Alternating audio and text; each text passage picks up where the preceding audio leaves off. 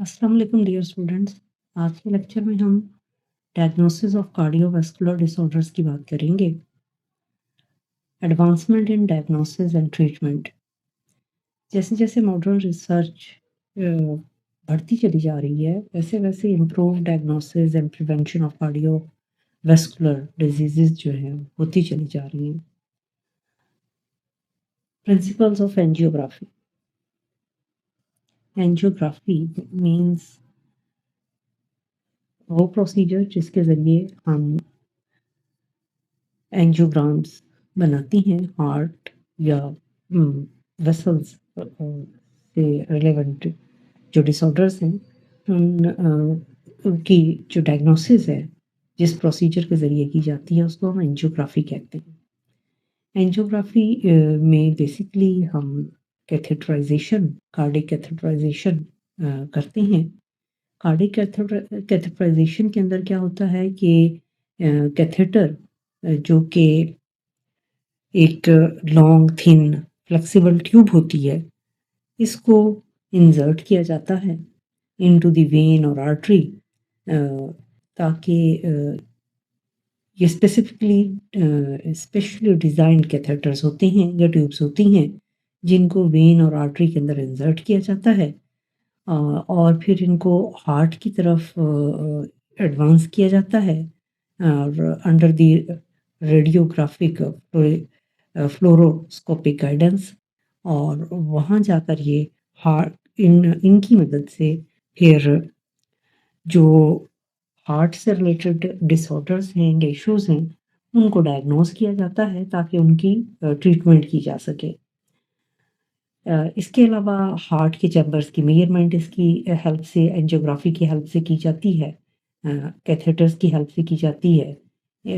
Dies को inject किया जाता है फॉर एक्स-रे इमेजिंग, ताकि जिसको हम कोरोनरी एंजियोग्राफी भी कहते हैं, ताकि ब्लॉक्ड आर्टरीज़ को फाइंड आउट किया जा सके, वाल्व्स की जो कंडीशन है उनको चेक किया जा सके कि कहीं वो जो है वो मिनिएचर इन साइज़ तो नहीं हो गए हुए, उनमें से ब्लड फ्लो कम तो नहीं होगा हुआ। ये सारा जो काम है वो इसी कैथेटराइज़ेशन के ज़रिए से किया जाता है, जिसको हम एंजियोग्राफी कहते हैं, जिस प्रोसीजर को हम एंजियोग्राफी कहते हैं। Cardiac catheterization involves inserting a specifically designed catheter into the vein and artery and advancing it to the heart under the radiographic fluoroscopic guidance. Contrast media is injected to obtain the angiograms, और इनकी help से एंजियोग्राम्स लिए जाते हैं जो कि x ray, basically x ray imaging होती हैं, used to evaluate disease of mitral valve, aortic valve, aorta and left ventricle functions। इन सारी सिचुएशंस को, इन सारी डिजीज़ेज़ को जो इन वाल्व से लिंक हैं या एओर्टा या वेंट्रिकल, लेफ्ट वेंट्रिकल फंक्शन से रिलेटेड हैं, इनको एवेलुएट किया जाता है इन्हीं एंजियोग्राम्स की मदद से या इसी एंजियोग्राफी की हेल्प से। अब माइट्रल वाल्व्स क्या होते हैं? माइट्रल वाल्व जो लेफ्ट एट्रिया और लेफ्ट वेंट्रिकल के दरमियान वाल्व है, जो कि एक बाइकस्पैड वाल्व है, इसको माइट्रल वाल्व का नाम देते हैं। एओर्टिक वाल्व आपको पता ही है, और जो एओर्टा में वाल्व खुलता है उसको हम एओर्टिक वाल्व कहते हैं। Coronary angiography detects stenosis and guides the procedures like balloon angioplasty and stenting. Stenosis mean जो हार्ट के वाल्व्स हैं, इन के फंक्शन में जो है वो ये प्रॉपरली ब्लड जो है उसको ब्लड फ्लो नहीं करवा रही हैं, प्रॉपरली ओपन नहीं हो रही हैं, ब्लड फ्लो लिमिटेड हो गया हुआ है, तो इसको हम स्टेनोसिस का नाम देते हैं। और जो एंजियोग्राफी है, इसकी हेल्प से, कोरोनरी एंजियोग्राफी है, इसकी हेल्प से हम स्टेनोसिस को भी डिटेक्ट करते हैं, यानी हार्ट के वाल्व की प्रॉपर फंक्शनिंग को भी डिटेक्ट कर रही होते हैं, क्या अंदर वो परफॉर्मिंग प्रॉपरली ब्लड फ्लो इनसे हो रहा है या लिमिटेड हो चुका हुआ है। और इसके अलावा इसी एंजियोग्राफी की हेल्प से हम ये एंजियोग्राफी ही हमें उन प्रोसीजर्स की तरफ भी गाइड करती है जो कि हम हार्ट इश्यूज़ या डिजीज़ से रिलेटेड हार्ट के डिसऑर्डर्स, कार्डियोवास्कुलर डिसऑर्डर्स से रिलेटेड जो भी प्रोसीजर्स परफॉर्म करने होते हैं, उनकी गाइडेंस भी हमें सेंट जियोग्राफी से मिल रही होती है, जिस तरह बलून एंजियोप्लास्टी है या स्टेंटिंग है, जिनके बारे में अभी हम पढ़ेंगे। एंजियोप्लास्टी की अब हम बात कर लेते हैं। एंजियोप्लास्टी बेसिकली एंजियोग्राफी तो वो प्रोसीजर था जिसकी हेल्प से हमने कार्डियोवास्कुलर डिसऑर्डर्स को डिटेक्ट किया था। एंजियोप्लास्टी वो प्रोसीजर है जिसकी जो कि इन डिसऑर्डर्स को ट्रीट करने के लिए किया जाएगा। एंजियोप्लास्टी में एक हम प्लास्टिक ट्यूब को आर्टरी के अंदर थ्रेड करते हैं and guided it to the heart. Balloon इस प्लास्टिक ट्यूब के टिप पर मौजूद होता है एक बलून, और this balloon is inflated to force open the blocked coronary artery. ये बलून जब कोरोनरी आर्टरी के उस ब्लॉक्ड पोर्शन में पहुंचता है जहां पर वो ब्लॉक हो चुकी हुई है, तो ये इन्फ्लेट हो जाता है और कोरोनरी आर्टरी को वहां पर ये फोर्स करता है इन्फ्लेटेड बलून कि वो ब्लॉक्ड कोरोनरी आर्टरी ओपन हो जाए। आर्टरीज ओपन तो वो इन्फ्लेटेड बलून की वजह से हो जाती है, बट वो these arteries may not stay open, कि ये ज़्यादा देर तक ओपन नहीं रहती। So stents are use to maintain patency. फिर वहाँ पर स्टेंट्स यूज किए जाते हैं ताकि इनकी पेटेंसी मीन्स ओपनिंग को मेंटेन रखा जा सके, अनब्लॉक्ड किस्म की ओपनिंग को मेंटेन रखा जा सके। स्टेंट्स को हेपेरिन से कोट किया जाता है। हेपेरिन एक केमिकल है जो कि क्लॉटिंग ब्लड क्लॉट्स बनने को प्रिवेंट करता है। स्टेंट्स के ऊपर हेपेरिन का कोट किया गया होता है ताकि क्लॉटिंग यहाँ पर ना हो सके। ब्लड फ्लो करते हुए इन स्टेंट्स के साथ लगकर क्लॉट ना बनाता चला जाए और जिसकी वजह से दोबारा ब्लॉकेज ना हो जाए। एंड केमिकल्स भी इन स्टेंट्स के ऊपर लगाए जाते हैं to prevent the arterial closing, ताकि आर्टरियल की दोबारा से आर्टरीज जो है वो वहाँ से दोबारा जो है वो क्लोज ना हो जाएं और दोबारा से ब्लड फ्लो जो है वो वहाँ पर ब्लॉक ना हो जाए। अच्छा, अब जो डायग्राम है एक उसके ज़रिए से आपको ये समझाने की कोशिश करती हूँ। अच्छा, स्टेंट्स बेसिकली क्या होते हैं जिनके अब हम जिक्र कर रहे हैं इसी के अंदर। बेसिकली मेडिकल प्रोसीजर्स होते हैं जिनके ज़रिए से एंजियोप्लास्टी की तरह की, जिनके ज़रिए से हम स्टेंट्स को इंसर्ट करते हैं स्मॉल जो है वो इंसर्ट्स की हम स्मॉल मैश लाइक ट्यूब्स जो हैं उनको इंसर्ट करते हैं into the blocked portion of the artery. ये जो स्मॉल मैश लाइक ट्यूब्स होती हैं इनको हम स्टेंट्स का नाम देते हैं। अब इस डायग्राम को अगर आप देखें तो इसके अंदर आप देखें कि ये एक आर्टरी है। एंजियोप्लास्टी इसमें हम स्टेंट्स विद बलून एंजियोप्लास्टी यहाँ पर हम कर रही हैं, प्रोसीजर परफॉर्म कर रही हैं। इन्हें एंजियोप्लास्टी हो रही है, बलून एंजियोप्लास्टी हो रही है यहाँ पर, और उसमें स्टेंट जो है ब्लॉक्ड रीजन में डाला जा रहा है। अब यहाँ आप देखें एक जो है वो आर्टरी है फर्स्ट डायग्राम के अंदर जिसको लेवल 1 किया गया है। Buildup of cholesterol partially blocking the blood flow through the artery. यहाँ पर कोलेस्ट्रॉल बिल्डअप हो रहा है, ये देखिए कोलेस्ट्रॉल की लेयर जो है वो आर्टरियल वाल के अंदर बन रही है जिसकी वजह से यहाँ पर ब्लड ब्लॉकेज जो है वो होना, ब्लड फ्लो में ब्लॉकेज आना शुरू हो चुका हुआ है। अच्छा, अब दूसरी डायग्राम के अंदर अगर आप देखती हैं तो इसमें क्या हो रहा है कि यहाँ एंजियोप्लास्टी का प्रोसीजर जो है वो परफॉर्म करने लगी हैं। स्टेंट विद बलून, एक स्टेंट मीन स्टेंट जो कि एक मैश है, मैश लाइक ट्यूब है, स्मॉल मैश लाइक ट्यूब जो है उसके टिप पर हमने एक बलून लगाया हुआ है। इसको इंसर्ट किया जा रहा है into a partially blocked artery, एक ऐसी आर्टरी में जो पार्शली ब्लॉक्ड हो गई है जिसको हमने डायग्राम 1 में आपको दिखाया था। एक प्लास्टिक ट्यूब है, ये जा रही है और इसकी टिप पर ये आपको एक बलून नजर आ रहा है, ये बलून है और इसके ऊपर आपको देखें तो एक मैश जो है वो नजर आ रहा है जो कि एक स्टेंट है बेसिकली, जो हम यहाँ इंसर्ट करेंगे। जहाँ आर्टरी ब्लॉक हुई होती है वहां पर बलून जो है वो इन्फ्लेट हो जाता है और इसके इन्फ्लेट होने पर ये देखिए बलून यहाँ इन्फ्लेट हो चुका हुआ है। जो ब्लॉकेज थी वो कोलेस्ट्रॉल या प्लाक जो जमा हुआ था वो ब्लॉकेज कम हो जाती है।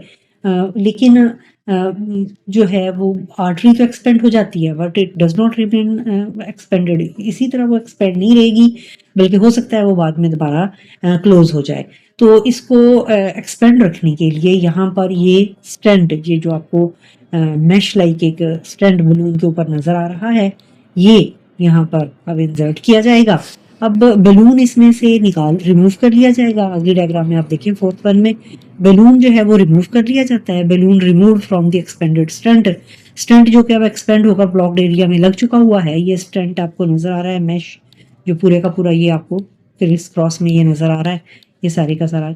ये जो स्टेंट है ये यहाँ पर एक्सपेंडेड फॉर्म में आर्टरी के अंदर मौजूद रहेगा, बट बलून को रिमूव कर लिया जाएगा, जो कि पहली डायग्राम में आपको दिखाई दे रहा था। ये बलून ये यहाँ से रिमूव कर दिया गया है और पीछे स्टेंट जो है वो बाकी रह गया है। इस स्टेंट की वजह से अब आर्टरी इस ब्लॉक्ड एरिया में से ब्लॉक नहीं होगी, बल्कि ये यहाँ पर ओपन रहेगी। हेपेरिन केमिकल इसके ऊपर लगा होता है, जिसकी वजह से यहाँ पर ब्लड क्लॉट भी नहीं बनते, क्योंकि हेपेरिन ब्लड क्लॉटिंग को प्रिवेंट करता है। और इसके अलावा साथ ही साथ जो है ऐसे केमिकल्स भी इसके ऊपर लगाए गए होते हैं जिनकी वजह से जो आर्ट्रियल क्लोजिंग है वो भी नहीं होती। कोरोनरी बाईपास की तरफ अब आ जाते हैं हम। ये तो वो प्रोसीजर था जिसमें कि कोरोनरी आर्टरी में ब्लॉकेज जो है वो हुई थी, बट परमानेंटली वो ब्लॉक नहीं हुई थी। उसका कुछ पोर्शन ब्लॉक हुआ था, उसको हमने स्टंट के जरिए से, एंजियोप्लास्टी प्रोसीजर था जिसके जरिए से स्टंट लगाकर हमने उसको जो है उस ऑब्स्ट्रक्शन को ख़त्म कर दिया। बट अगर कोरोनरी आर्टरी मुकम्मल तौर पर क्लोज हो जाती है, उसमें ऑब्स्ट्रक्शन बन जाती है, तो फिर बाईपास प्रोसीजर किया जाता है। Surgical coronary bypass, surgical procedure to bypass the obstructions in the coronary arteries, यानी वो कोरोनरी आर्टरी का एरिया जहां पर के उसमें ऑब्स्ट्रक्शन हो गई हुई है, उसको बाईपास कर सर्जिकल प्रोसीजर के जरिए से बाईपास कर दिया जाएगा, ताकि ब्लड जो है वो उस बाईपास में से फ्लो करके आगे कोरोनरी आर्टरी के अनब्लॉक्ड रीजन में चला जाए। और इस प्रोसीजर को हम कोरोनरी बाईपास का नाम दे देंगे। Healthy blood vessel segment from leg और द थोरैक्स आर यूज्ड। इस पर्पस के लिए जाहिर सी बात है ब्लड वेसल इस्तेमाल की जाएगी उस कोरोनरी आर्टरी का ऑब्स्ट्रक्टेड पोर्शन को बाईपास करने के लिए। तो ब्लड वेसल कहाँ से ली जाएगी? वो हेल्दी ब्लड वेसल का सेगमेंट लेग या थोरैक्स से लेकर इस्तेमाल किया जाएगा, ताकि बाईपास के तौर पर उसको यूटिलाइज किया जाए। Blood is rerouted to improve flow to the heart muscles. Blood इस तरह से रीरूट हो जाता है, यानी उस ऑब्स्ट्रक्टेड एरिया की तरफ से नहीं जाता, बल्कि बाईपास के एरिया से रीरूट होकर जो है वो जाना शुरू कर देता है, ताकि इस तरह से इम्प्रूव्ड ब्लड फ्लो होना शुरू हो जाता है हार्ट मसल्स की तरफ, ताकि हार्ट मसल्स को ऑक्सीजनेटेड ब्लड मिल सके और वो प्रॉपरली फंक्शन कर सके। ओपन हार्ट सर्जरी, नाम से ही पता लग रहा है कि इसके अंदर जो है वो पेशेंट में की चेस्ट को ओपन किया जाएगा और ओपन हार्ट सर्जरी परफॉर्म की जाएगी। Perform by opening the patients chest, patient की चेस्ट को ओपन करके सर्जरी परफॉर्म की जाती है, usually through the breast bone sternum. Breast bone या स्टर्नम को काटा जाता है और फिर इस सर्जरी को परफॉर्म किया जाता है। Conducted under the general anaesthesia, यानी पेशेंट को जनरल एनेस्थीसिया दिया जाता है और फिर ये सर्जरी जो है वो परफॉर्म की जाती है। ब्लड को इस प्रोसीजर के दौरान रीरूट किया जाता है through a heart lung bypass machine. जो पेशेंट का ब्लड है वो सारे का सारा एक हार्ट लंग बाईपास मशीन में रीरूट कर दिया जाता है, ताकि ब्लड जो है वो ऑक्सीजनेट भी होता रहे और सर्कुलेट भी पूरी बॉडी के अंदर करता रहे। इस दौरान हार्ट से सारा ब्लड रिमूव कर दिया जाता है और हार्ट को स्टॉप भी किया जाता है to allow the repair of the heart muscles, valves and vessels, जिन पर के सर्जरी परफॉर्म की गई होती है। आफ्टर रिपेयर, जब रिपेयर हो जाती है तो then the heart is restarted and machine is removed, और हार्ट को रीस्टार्ट किया जाता है। बाज दफ़ा इलेक्ट्रिकल शॉक के ज़रिए से भी हार्ट को रीस्टार्ट करना पड़ता है। सर्जरी और रिपेयर के बाद हार्ट जब रीस्टार्ट होता है तो फिर हार्ट में से ही सारा ब्लड पास होना शुरू हो जाता है और मशीन को, जो कि हार्ट लंग बाईपास मशीन हमने लगाई हुई थी उस पेशेंट के साथ, उसको फिर रिमूव कर दिया जाता है। ब्रेस्ट बोन और स्किन इंसिजन्स को क्लोज कर दिया जाता है ताकि जो है उनकी हीलिंग प्रोसेस शुरू हो सके। कोरोनरी नोट यहाँ पर करने वाली कुछ बातें हैं कि coronary bypass is a specific type of open heart surgery focused on bypassing the blocked coronary arteries.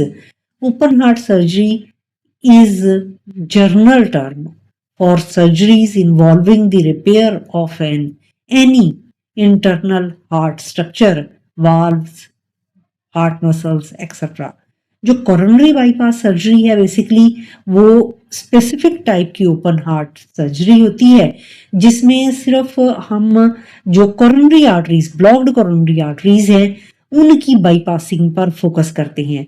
लेकिन जो ओपन हार्ट सर्जरी है ये एक सारी सर्जरीज के लिए एक जर्नल टर्म के तौर पर इस्तेमाल की जाती है जिसमें कि इंटरनल हार्ट स्ट्रक्चर की रिपेयर जो है वो इन्वॉल्व होती है, जिनमें हार्ट के वाल्व्स भी आ जाते हैं, हार्ट के मसल्स भी आ जाते हैं और अदर स्ट्रक्चर्स भी आ जाती हैं। इसके साथ ही जो है वो हमारा आज का लेक्चर ख़त्म होता है जिसमें कि हमने डिफरेंट प्रोसीजर्स के बारे में बात की, जिनमें ओपन हार्ट सर्जरी की बात की, कोरोनरी बाईपास की बात की और इसके अलावा दूसरे हार्ट इश्यूज़ के बारे में हमने बात की, एंजियोप्लास्टी, एंजियोग्राफी के बारे में भी बात की। तो उम्मीद करती हूँ आपको ये सारा लेक्चर जो है वो अच्छे तरीके से समझ आ गया होगा। इसके साथ ही आपसे इजाज़त चाहती हूँ। अल्लाह हाफिज़।